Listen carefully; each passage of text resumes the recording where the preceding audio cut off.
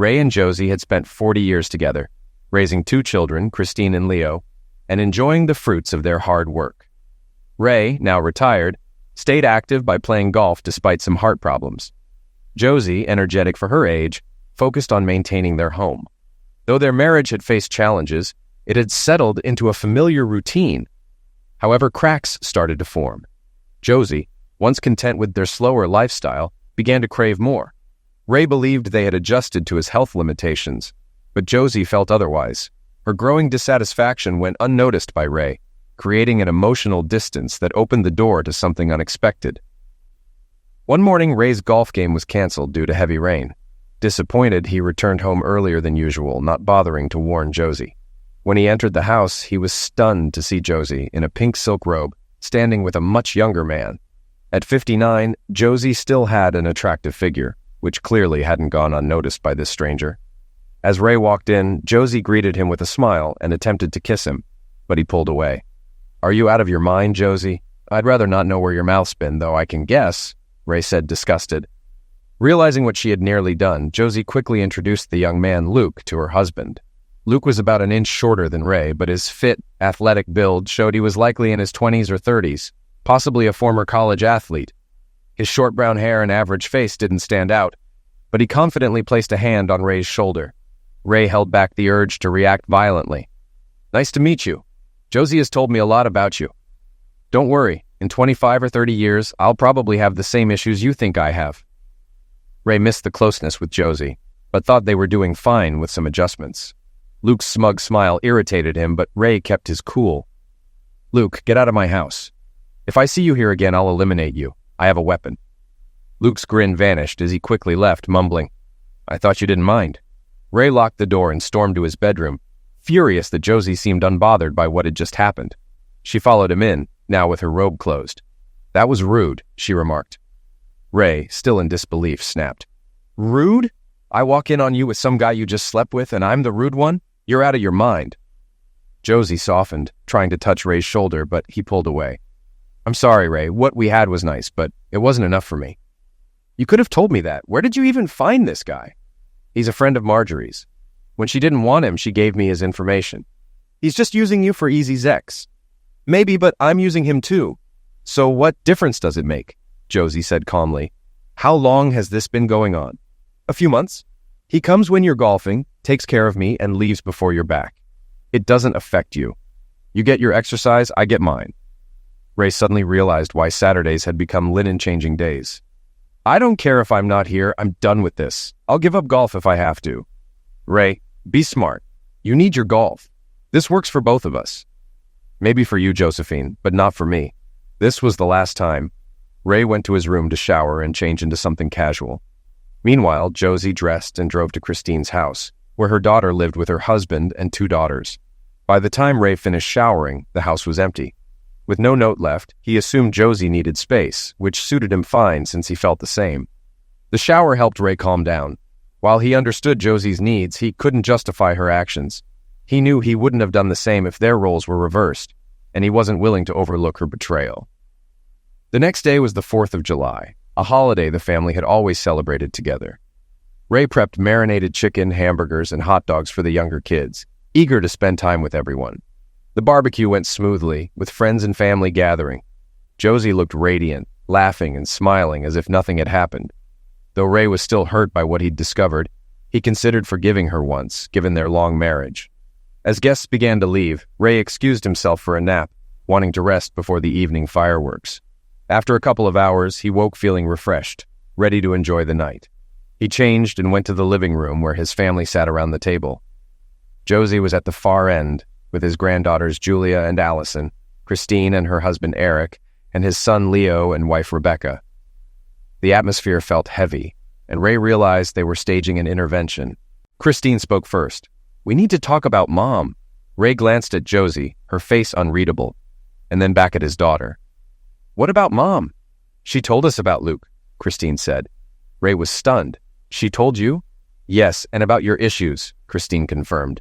Ray stared at his wife, stunned that she had shared such personal details with their family. "My problems? This doesn't concern any of you." "But Mom's happiness does," Christine responded. Ray turned to Josie. Are you unhappy? I am happy, Ray. Please don't doubt that, Josie replied. Christine interrupted again. But Mom has needs, and well, you can't meet them, isn't that true? So I'm selfish for not accepting this? We're not labeling it that way, Dad. We're just saying you should support Mom taking care of things quietly, since you can't, Christine explained. Ray looked around the room, realizing his family seemed to accept, or at least tolerate, Josie's infidelity. He felt older and more defeated than ever. Do you all agree? Ray asked, searching their faces. They nodded, though some hesitated. He needed clarity. Leo, do you agree with this? Ray asked his son. Yes, it'll help Mom, Leo said. Eric? Ray turned to his son-in-law, expecting no disagreement. I don't see it being a big problem, Eric replied. Rebecca? Ray asked his daughter-in-law, who seemed to shy away. Well, as long as she's discreet, Rebecca said uncertainly. Finally, Ray turned to his granddaughters. They were part of a different generation, and he wasn't sure where they stood on this issue. What about you girls? Grandpa, we shouldn't be involved, Julia, the eldest, said. Come on, you're almost adults. I'm sure you have opinions, Ray pressed. Julia and Allison exchanged glances, then looked at their parents, who urged them to speak. Ray knew what was coming. They had been convinced to side with their grandmother. Well, a lot of our friends are fine with their partners seeing other people. It's just Zex, Julia finally said. It's just Zex. Ray had expected to hear this eventually. Josie had clearly manipulated everyone to get her way and keep her affair going. Realizing there was no point in arguing, Ray looked at Josie, who was watching him eagerly. That's it, Josephine. Majority rules. You'll get what you want. Josie's face lit up with satisfaction. Ray turned to leave, but heard her call his name. For a moment, he hoped she might reconsider, but instead she asked, Can I tell Luke you were joking about eliminating him? Sure, I'm going for a drive. Dad, it's time for the fireworks, Leo reminded him. Go without me. I don't want to go, Ray replied. As he left the house, he heard cheers behind him. Glancing through the window, he saw Josie being hugged by the family, united in their support of her affair. She was already calling Luke to confirm their next meeting, assuring him that Ray had backed down. The family piled into the car, chatting and laughing as they headed to the fireworks, confident Ray would come around. Meanwhile, Ray drove to a quiet hill overlooking the city, a place he often went to think. He was deeply hurt by his family's betrayal, feeling cast aside and useless. Their support of Josie's infidelity made him feel like an outsider, as if he had been discarded, much like the old stories of elders being abandoned when they were no longer seen as useful. All Ray wanted was to sleep, but napping during the day had its downsides. It was after midnight when he finally returned home. He saw that Christine's car was still there, along with Josie's, but everyone else had left. As he approached, Josie opened the front door, likely alerted by the sound of his car alarm. Where have you been? I was so worried, she said. Ray walked past her without responding. Christine sat on the sofa, looking at him curiously. Why are you still here? He asked. Mom was worried when you didn't come back after the fireworks. Everyone else had to leave early, so I stayed. You could have answered your phone, Christine replied. Ray glanced at his phone, remembering he'd turned it off earlier. As you can see, I'm fine. You can go home. Christine was shocked. Her father was usually kind and polite, but this was different. She watched him head to his bedroom and shut the door. She grabbed her purse, kissed her mom goodbye, and left. By the time Josie finished cleaning, Ray was already asleep. The house remained quiet the following week. Josie knew Ray wasn't happy with her affair, but believed he would come to terms with it because he loved her. She was confident he would eventually forget or push it aside. For Ray, though, it felt like his life had crumbled. After decades of being a devoted family man, he was now cast aside by the very people he had prioritized. Josie's decision to involve the family in her affair marked the end of their marriage in his eyes. Their support of her betrayal shattered his sense of belonging in the family. Everything he had built was slipping away. On Saturday, Ray followed his routine and drove to the country club to meet his golf group. These were 8 older men who mixed up their foursomes weekly. Though Ray tried to focus on the game, he knew exactly what was happening at home. His performance wasn't the worst, but it was the worst he'd had in a while. Smiling through the light-hearted jokes felt nearly impossible. Josie watched Ray leave for golf at 7 a.m., hoping to show affection with a kiss, but he remained cold and distant. Though she hated hurting him, she pushed the thought aside. When Luke arrived, she had him parked down the street to avoid attracting attention. After he knocked, she let him in, wearing only a robe. which quickly ended up on the floor as they kissed passionately. Luke lifted her into his arms and carried her to the bedroom, where their encounter lasted about 2 hours. Afterward, Luke showered while Josie made the bed and started laundry. By the time Ray was expected home, everything was in order. When Ray didn't return by 2 o'clock, Josie became slightly concerned. By 3 o'clock, she started calling him, but all calls went to voicemail. By 5 o'clock, with still no word, her worry grew. By 7 o'clock, she called Christine for help. Soon, Christine, her husband Eric, and their daughters were at Josie's house. Eric went to the country club where he learned Ray had left hours earlier. Christine called the police, but they couldn't officially file a missing person report yet. With no way to reach Ray's golfing friends, the family was left to wait anxiously. Around 11 p.m., Julia saw headlights coming up the driveway. Sensing a confrontation, she and her sister went upstairs, while Eric, already asleep, stayed in Leo's old room. Only Josie and Christine remained to face Ray. Ray entered the house, unsurprised to see Josie waiting in the hallway and only mildly surprised to find Christine still there. He had seen her car outside but assumed she might leave them alone. Clearly, she was staying to support her mother. "Where have you been?" Josie snapped. "I was playing golf," Ray replied calmly. "Not afternoon, you weren't there anymore." "True. After golf, I had lunch at the clubhouse. Then I saw the new Dwayne Johnson movie. Not bad, a bit cliched though." "I don't care about the details, Raymond," Josie shot back. "You asked where I was," Ray muttered. "I want to know why you didn't come home and why you ignored your phone." "My phone didn't ring," Ray said, showing her it was off. "And I didn't come home because I didn't want to be here when your friend was—" Josie, frustrated, said, "Everything was cleaned up long before you finished golf. There was no reason for you to stay out all day." "As I said, I won't be here at the same time as your friend. It's late. I'm going to bed." Ray walked past Josie, briefly meeting Christine's gaze but saying nothing as he went to the bedroom. He expected one of them to follow, but neither did. As he got ready for bed, he overheard voices in the hallway and realized Christine's family was gathered in the house. Great, he thought. By the time Josie came to bed, Ray was already asleep, or pretending to be. She considered waking him to talk, but decided against it. The following weekend passed similarly. Josie neither called nor texted. She had accepted that Ray would be gone all day and used the time to thoroughly clean the house again. However, as the day dragged on, Josie started feeling uneasy being alone. So she called Christine, who agreed to come over and keep her company until Ray got back. Eric and the girls stayed home, but Christine came to support her mother. Ray arrived home around 11 p.m., surprised to see Christine's car parked at the curb again. He wondered if another confrontation was brewing. Walking through the door, he was greeted by Josie's warm smile and a kiss on the cheek, with Christine smiling in the background. "Why don't you change, love? Then you can tell me what you've been up to all day," Josie said softly, almost cheerfully. Ray was a bit confused. Josie seemed more relaxed than usual, her good mood intact. It didn't take him long to assume she'd had her usual meeting with Luke earlier in the day, which had left her in high spirits. Sighing, Ray went to the bedroom to change into his pajamas.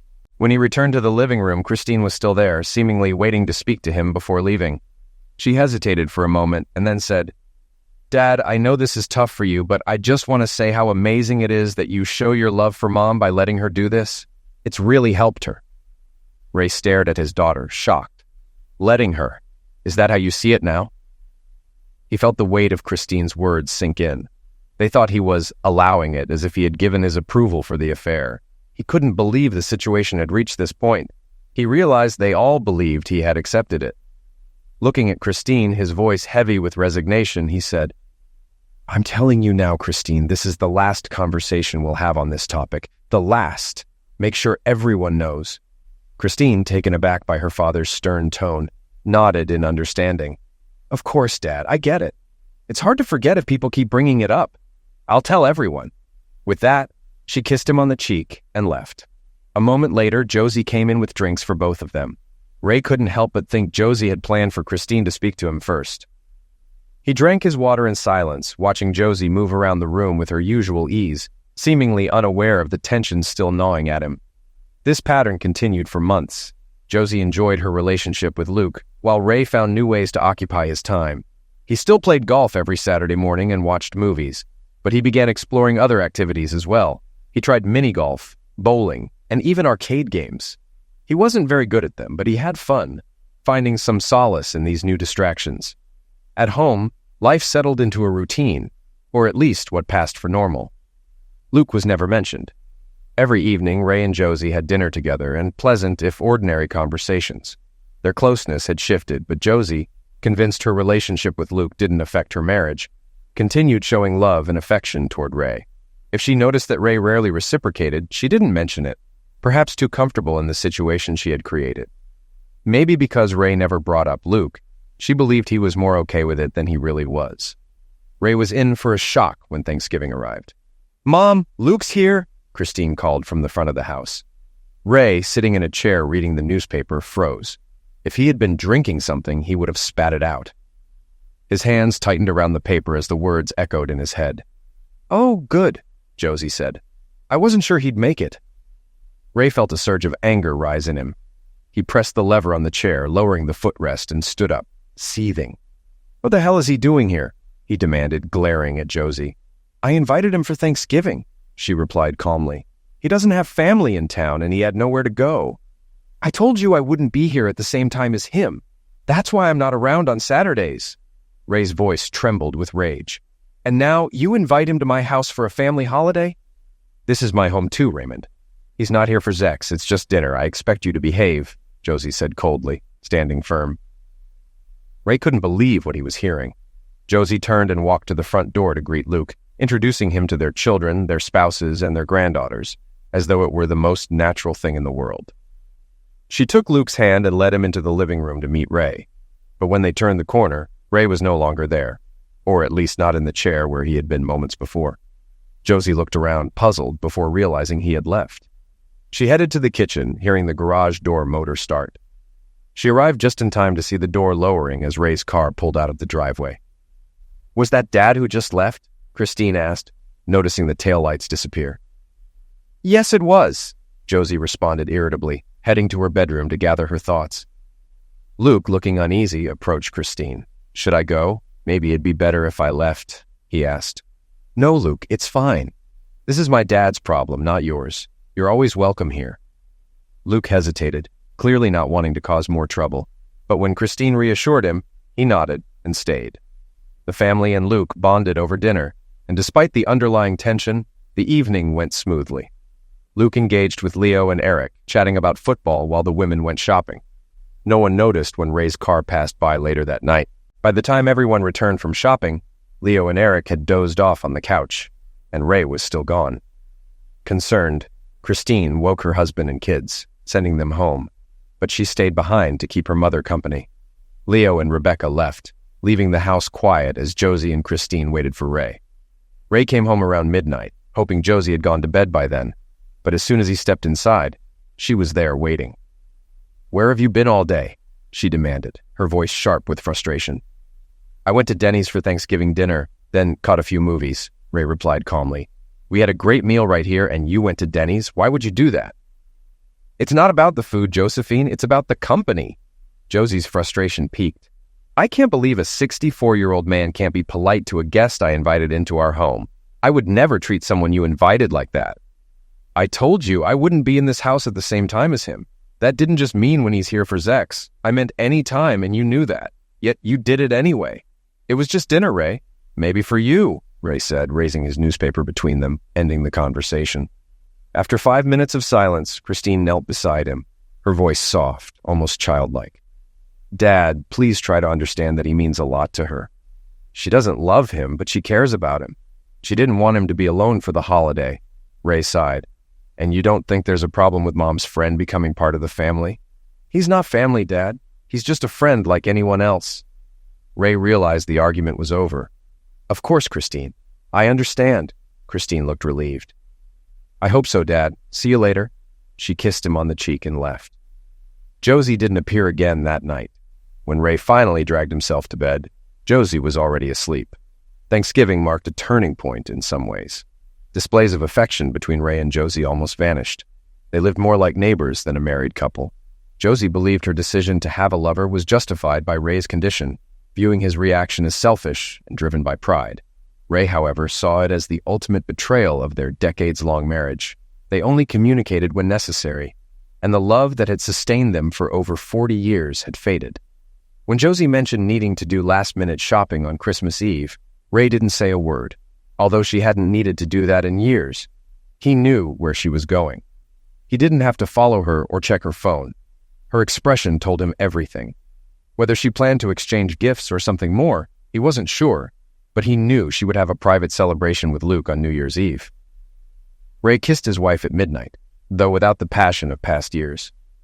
Josie felt disappointed she couldn't express her feelings to Luke, but she still called him the next day to wish him a happy new year.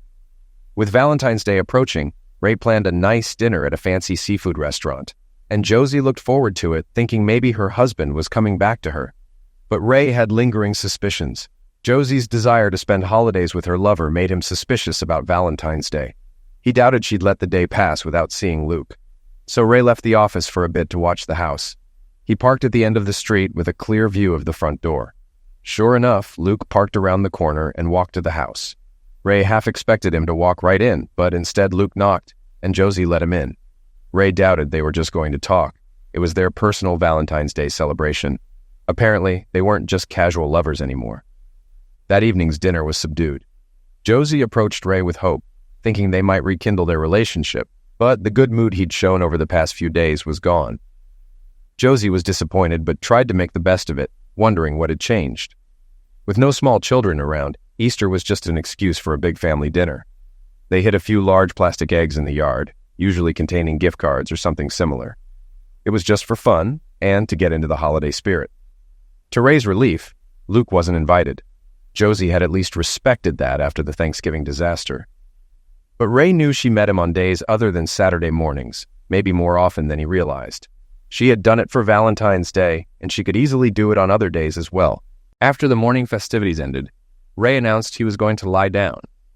While he was a little tired, it was nothing he couldn't handle. He mainly wanted to avoid being around the family that had betrayed him. He couldn't avoid them completely, but he could limit his time with them. It was a beautiful day, so he opened a window overlooking the backyard, letting a cool breeze in. Unfortunately, he also overheard Josie and Christine's conversation. "So, how's Luke doing?" he heard Christine ask. "Shh, not too loud. I don't want your father to hear." Okay, Christine replied, lowering her voice, but still loud enough for Ray to hear. "I just can't believe my mom has a boyfriend 10 years younger than me." "He's not my boyfriend, Christine. He just..." "Come on, Mom.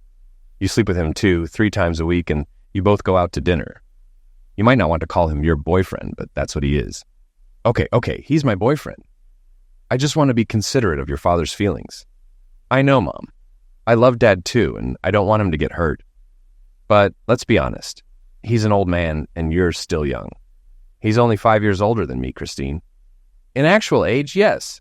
But you're active, and he can barely get through the day without a nap. You deserve this. Honestly, I'm a little jealous you're dating again. Does anyone else know? I mean, other than Saturday mornings, Leo, Eric, Rebecca." "No, I don't involve them. Does everyone agree with this?" "Leo and Eric think it's fine. They agree that I should meet my needs since Dad can't anymore. Rebecca's the only one who thinks it's wrong, but she doesn't want to hurt Dad, so she won't say anything. What Dad doesn't know won't hurt him." Hearing how deep Josie's betrayal ran, and how Christine fully supported her mother's affair, Ray felt the last bits of love and affection for them leave his heart. Though he had made tentative plans before, out of love for his family and his long marriage to Josie, he had held back. Now, it was time to begin his final plans in earnest. Ray quietly closed the window and lay down. Over the next few months, Ray's relationships with Josie and Christine deteriorated further. Things weren't much better with his sons and son-in-law, but he tried to improve things with Rebecca and his granddaughters, believing they were too young to fully understand the situation. Mother's Day had its own traditions in Ray's family. For them, it meant brunch at an upscale French-themed restaurant. The food and service were excellent, with prices to match.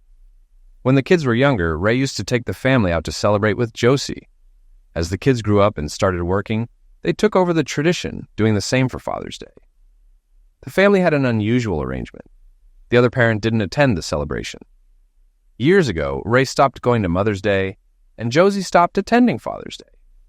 The kids celebrated with each parent separately, and Ray had always been fine with that until this year. He had a feeling, based on recent events, that something wasn't right. So instead of spending his usual free time reading, Ray dressed and headed to the restaurant. Josie had been gone about 30 minutes, so he knew she'd be there. He didn't plan on participating or even letting anyone know he was there. In fact, he doubted he'd even have to get out of the car. He drove around the parking lot, easily spotting Christine and Eric's car, then Josie's car, followed by Leo and Rebecca's. Ray began to hope he was wrong, but then he saw what he had feared. Tucked away in a corner parking spot, Luke's car. Ray had seen it enough times to recognize the license plate. His wife, or maybe his daughter, had invited her lover to a family event, fully knowing Ray wouldn't be there. Despite all that had happened, and despite Ray's fading love for Josie, this new betrayal filled him with rage. Any plans to temper his actions vanished. Ray returned home, grabbed his golf clubs, and headed to the local course. He went through several buckets of balls, losing count. By the end, he was exhausted. His shots weren't very far or accurate, but he felt better. He drove home ready for a nap. They considered him useless, thinking he couldn't get through a day without rest. He'd let them continue to think that. Josie greeted him when he walked in. He wondered if she had a private celebration planned with Luke, though he no longer cared. It still hurt, but it wasn't worth worrying about anymore. As he walked through the door, he wondered if she'd admit to inviting Luke if given the chance. "How was Mother's Day with your family?" Ray asked, putting slight emphasis on family. "It was wonderful, Ray. Thanks for asking. I had a great time with the kids," Josie replied. She didn't mention Luke. Did this mean the family now considered him part of it? Or had she just decided not to mention him? Ray realized he would never know. He went to the bedroom and took a nap. Soon, the 4th of July came around again. Josie was in a good mood, and Ray knew why. He had stayed by her side for nearly a year now, and Josie undoubtedly thought she had it all figured out. She had a husband who supported her, and a younger man she met with several times a week. In her mind, her life was nearly perfect. Luke had started a new evening job, allowing him to spend a few half-days a week with Josie. Though the pay wasn't much, that wasn't why she was with him. To avoid rubbing it in Ray's face, they mostly stayed out of Josie's bedroom, except for their Saturday matinees. They used Luke's apartment or borrowed a friend's place when necessary, since Luke had roommates. The hardest part for Josie was excluding Luke from family events. She didn't bring it up with Ray again, knowing he wouldn't change his mind, and that was the only thing that really upset her. At first, and even now, she hoped Ray and Luke could at least become acquaintances, if not friends. In her view, they weren't competing. Luke gave her one thing and Ray gave her another, so she spent her days with Luke and evenings and weekends with Ray. She didn't understand why it couldn't work, so reluctantly, she didn't invite Luke to the family barbecue and fireworks outing. The family arrived early to help with meal preparations, and Ray made sure to stay visible and active, ensuring no one could doubt later that he was tired. He carefully watched the crowd, wondering if Josie might sneak Luke in, but he never showed up. As the day wore on, Ray pretended to get more tired. Although some of it was real, much of it was exaggerated. Maybe he overdid it, as Josie seemed to notice and approached him. "Honey, why don't you lie down and relax before the fireworks?" she suggested gently. The hardest part of all this for Ray was knowing Josie still loved and cared about him, which made what he was about to do even tougher. "I'm not going to the fireworks. I just want to enjoy the day with my family and head to bed early." "Ray, are you sure? You missed them last year, but before that you always loved going," Josie said, genuinely concerned. "Yeah, I'm sure. I guess I'm just getting old, but everyone else will have a great time without me." "Okay, if you're sure." As soon as she left him, Ray watched her weave through the crowd and searching for Christine. He realized Josie was trying to confirm if he would attend the fireworks because she planned to invite Luke. Even though it didn't change anything, the fresh betrayal stung deeply. As the evening progressed, most guests left, leaving only family. Josie, Christine, Leo, and Eric all stopped by to ask Ray again if he wanted to join them for the fireworks, expressing how much they'd miss him. Ray saw through it, realizing his family was slipping away from him. As they prepared to leave, he swallowed his anger and said a few words to each family member. Despite the past year, he cherished the memories of their time together and would miss those moments. He hugged his granddaughters the longest. Ray watched with a heavy heart as the family piled into Christine's minivan, laughing and happy, not even noticing his absence. He tried to push them from his mind and focused on his next steps. The family returned later than usual, giving Josie time alone with Luke. Luke thanked them for including him, especially since he had no close family nearby. Although only Josie spent much time with him, the family had come to accept him as part of their extended circle and appreciated how happy he made Josie. They said their goodbyes at the park since he couldn't come back to the house. When the family got home, they tried to be quiet so as not to disturb Ray. They poured drinks and sat around the dining room table to chat for 30 to 45 minutes before Josie suddenly remembered Ray and asked Leo to check on him. Leo got up and slowly walked into the bedroom. He didn't find Ray asleep, but noticed the bedspread pulled back, revealing the snow-white sheets Josie always insisted on. On the bed, he saw Ray's wedding ring and a flash drive.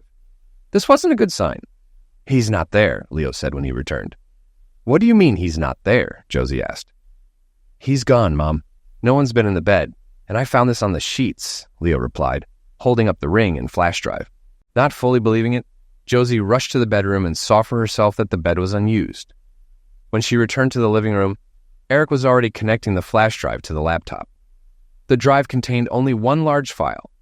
Josie nodded to Eric and he double-clicked it. The video began playing, and at first they saw a blank wall but heard voices. Moments later, Ray appeared on camera. "Is it recording?" Ray asked someone off-screen. "Yes," a woman's voice replied. Ray turned to the camera. "Good evening, everyone. If I've timed this right, you're watching this a little after 10 p.m., just back from the fireworks show." Everyone reflexively looked at the clock and saw it was nearly 11 p.m. They hadn't bothered to check on Ray when they got home. "At this moment, I'm on a plane flying far beyond the borders of the United States. In case you're wondering, I won't be coming back." "No!" Josie cried, breaking into tears.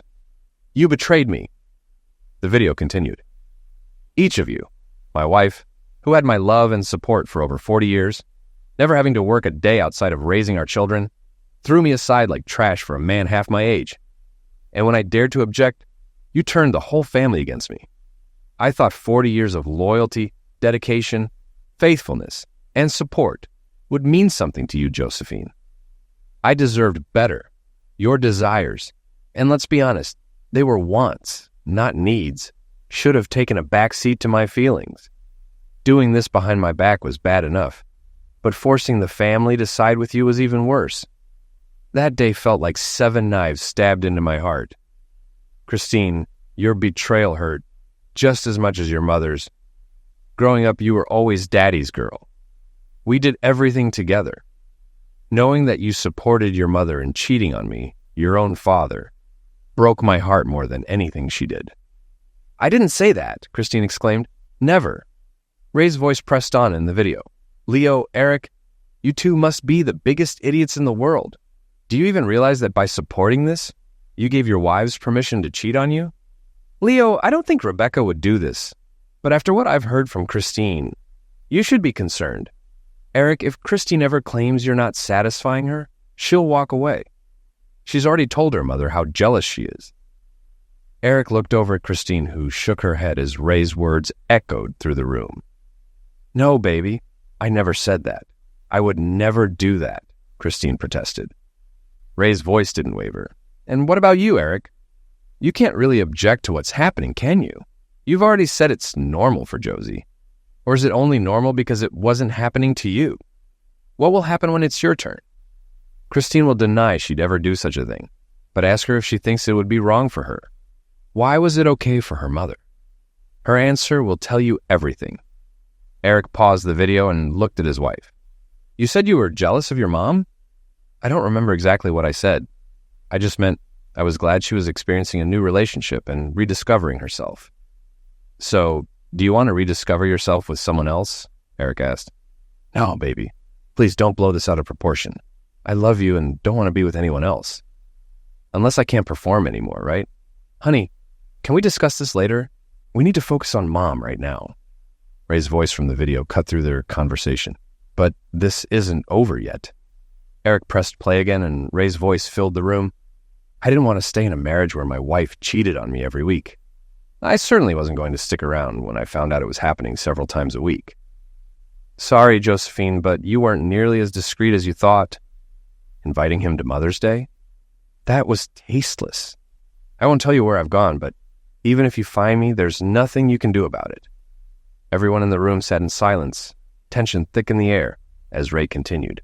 I should also mention the financial situation I left you with. I took most of our money because I intend to live the rest of my life in comfort, as a reward for putting everyone else first for decades. Josephine, I left you the house, which, as you know, is fully paid off and worth several $100,000. My lawyer will help you with the sale if you want. I also left $400,000 in the bank. That's $10,000 for every good year you gave me. Unfortunately, there haven't been any loans of goodwill in the last year. Don't worry about me. After taking the rest of our assets, including the investments, I'm sitting on nearly 8 figures. I'll be just fine, though I doubt any of you really care. The way I've been treated over the past year shows how you all truly feel about me. Everyone exchanged uneasy glances but remained silent. Oh, and if you're worried I'll spend my golden years alone, don't be. I already have a companion, and she's sitting next to me on the plane right now. Let me introduce her. Deborah. A woman's face appeared in the frame, matching the female voice from earlier. Hello, I'm Deborah. I'll be helping Ray spend what could have been your inheritance, she said, waving at the camera. She appeared to be in her mid-50s, an attractive brunette. Ray smiled at the camera before continuing. Deborah and I have been keeping each other company for the past 4 or 5 months, ever since I told her what my wife was doing. We've been spending a lot of time together and discovered how compatible we are. Josephine, you probably remember Deborah. You've met her several times. We worked together for over 30 years, since she was hired in the marketing department. She took early retirement to join me at my new home. We've been close friends all this time, and the best part? Deborah's needs are simple. Just affection, hugs, kisses, and maybe a few other things. I'm looking forward to it. Everyone in the room looked at Josie, gauging her reaction to Ray's revelation. It was clear from her expression that she wasn't taking it well. Eric paused the video. Mom, are you okay? Leo asked. No, Leo, I'm definitely not okay. But let's just finish this, she replied. Eric resumed the video, and Ray's voice grew more somber as he addressed Josie directly. Josephine, I loved you from the day we met. If anyone had told me you could treat me like this, I would have knocked them out before they could finish. I looked forward to spending our final years together with visits from our children, grandchildren, and maybe great-grandchildren. I'm so disappointed that your physical desires ruined that for us, for me. I hope it was worth it for you. You should have enough money to live comfortably, especially if you sell the house. If you need more, I'm sure the children who supported your romance will support you financially as well. After all, it was my money that got them through college and into their good jobs, so I had a lot to do with that. The tension in the room thickened as Ray's voice continued. It was a terrible year, and things kept getting worse. I knew about the extra time you spend with him each week. I could have ended this months ago, but I liked the idea of declaring my independence on Independence Day, so I waited. Part of me will always love you, or at least what we had. I wish things were different, but somewhere along the way, you forgot that marriage is about us, not just you and me. I never made decisions that would benefit me and hurt you, unlike what you did with Luke. You probably thought I'd come to terms with it, maybe because I always sacrificed for you. But it doesn't matter now. It's done and can't be undone. For your sake, I hope it was worth it. Goodbye, Josephine. I'll miss you and what we could have had. Ray looked directly at the camera, and the screen went black. Everyone in the room was in tears, some more than others. None of them had expected Josie and Luke's relationship to drive Ray away. In the past, Ray had always conceded to Josie's wishes, and they assumed this time would be no different. Deep down, no one believed Ray had the guts to do anything but accept it. Tired and shaken, they all decided to stay overnight at Josie's house to support her. Rebecca was cleaning the kitchen when the phone rang. She usually only got calls from her husband Leo or the occasional telemarketer. The number was blocked, which struck her as odd, but she decided to answer. Hello, Rebecca answered the phone. Rebecca, it's Ray, came the familiar voice on the other end. "Oh God, Ray, how are you? Where are you?" Rebecca asked, concern clear in her voice. "I'm fine, Rebecca. Really, I am. But I can't tell you where I am right now. How are you?" Ray deflected. "I'm fine, Dad. I have news. I'm pregnant," Rebecca shared. "Congratulations. How far along are you?" Ray asked, the warmth evident. "Just a couple of months. We found out right after you left." "I can't believe it's been almost 3 weeks since you've been gone," Rebecca replied, her voice softening. "Yes, time flies. By the way, thanks for calling me Dad. I thought I'd lost that title," Ray said, gratitude in his tone. "Not with me, you haven't," Rebecca reassured him. "You know, Dad, I owe you an apology. I should have spoken up when everyone confronted you. It was wrong, but I was new to the family and scared," Rebecca admitted, her voice wavering slightly. "I had a feeling, but honestly, it wouldn't have changed anything. Josie and Christine were determined to push through with it." "You're forgiven," Ray said calmly. "Thank you, Dad. That means so much, especially because I want both grandfathers in my baby's life." "Will you be part of it?" Rebecca asked hopefully. "We'll see. I'm not coming back to the States, but maybe we can work something out." "I'd love to see you and the baby," Ray responded. "So, how are things over there?" Rebecca inquired. In a word, tense, Ray sighed. Josie isn't herself most of the time, though she still sees Luke several times a week. Christine and Eric are having problems, but they're keeping it under wraps. I think your comment about Christine looking for an excuse to cheat hit a nerve. How are you and Leo? Rebecca switched topics. "We're fine. Still in the early stages of marriage, so it's fresh. Christine and Eric have been together longer, so maybe that makes them more cautious," Ray said. "The granddaughters are devastated, though," Rebecca added. "That surprises me." "You've always been close with them," Ray responded, surprised. "They miss spending time with you. They don't think casual sex is a big deal, but they understand it's different when you're married," Rebecca explained. "I get it. Christine's influence is clear in their reactions," Ray acknowledged. "Listen, could you gather everyone at your place tonight? I think I'm ready to talk." "I don't think that'll be a problem, Dad," Rebecca agreed. "Then we'll talk later," Ray concluded. That evening, the entire family gathered in Leo and Rebecca's living room. Rebecca had made it clear that Luke wasn't invited. Though she prepared sandwiches, the tension in the air left everyone too preoccupied to eat. At exactly 8 o'clock, the phone rang. Rebecca placed it on speaker. "Hi, Dad. Everyone's here," Rebecca announced. "Thanks, honey. Just so you all know, Deborah is with me. Let's try to have a polite conversation, not an argument." "Does everyone agree?" Ray asked. The family members murmured their agreement. "Good. I wanted to wait until some time had passed before we talked. I contacted Rebecca first because I sensed she wasn't as comfortable with all of this as the rest of you." "Leo, congratulations on the baby," Ray started. "Thanks, Dad. I'll try to live up to the standards of fatherhood you set." "And I mean that," Leo replied. "As they say, the best thing you can do for your children is to love their mother. Keep that in mind, and you'll do great," Ray advised. Ray then addressed his granddaughters. "Allison? Julia?" "Yes, Grandpa," they responded together. "Girls, I was disappointed you sided with your grandmother, but your aunts Rebecca and Deborah convinced me that you may have been pressured and didn't fully understand. You lack the life experience to comprehend the complexities of adulthood and a 40-year marriage. I still have your emails and phone numbers, so we can talk more about this later if that's okay." "Of course, Grandpa. We just miss you," Allison replied. "I miss you too. Why don't you both find something to do while the adults talk?" Ray suggested. The girls hugged their grandmother and said goodbye before leaving the room. "So," Ray continued, "does anyone have something they're dying to say?" "Ray, honey, please," Josie began, unsurprising to everyone. "Please come back. We can work through this. If you had told me you were really leaving, we could have fixed it." "Why did it have to go this far, Josephine?" "I told you I wouldn't accept this, but you turned to the family for support. You started inviting him to family events and seeing him multiple times a week. You replaced me with him when we were barely even roommates. I finally had enough.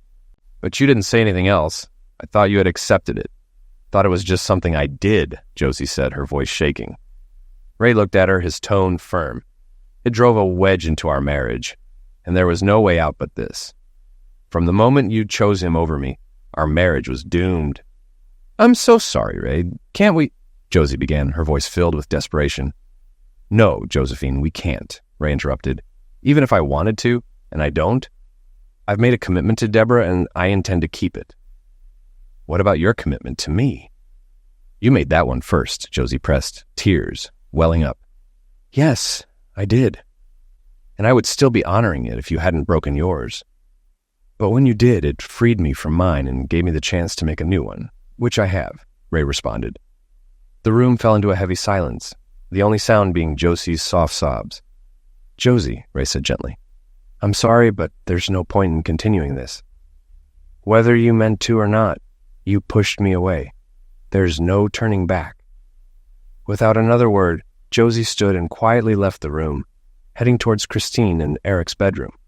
Christine, watching her mother leave, spoke up, her voice cold. Very nice, Daddy. Did you call just to hurt Mom and make her cry? All because your ego couldn't handle another man making her feel better? Ray, unfazed, responded, Is that really how you see it, Christine? Eric, how's your ego holding up? Is it ready to accept another man making your wife feel better than you? Christine glanced at Eric, who remained silent. Throughout their marriage, Christine had always been the dominant partner, and Eric, like many husbands, had gone along with it. But recently there had been a shift, and Christine realized that their marriage was now in serious trouble. You can't support another woman's right to cheat without feeling at least a little guilt. Ray's words echoed in her mind. Her tone softened. No, Ray, that's not fair. You were right. I hadn't thought about it that way, she admitted quietly. For what it's worth, Ray, after all of this, Christine and I have been having serious issues, Eric finally spoke, breaking his silence. I understand, Ray replied, but let me tell you this. Fight for your marriage before it's too late.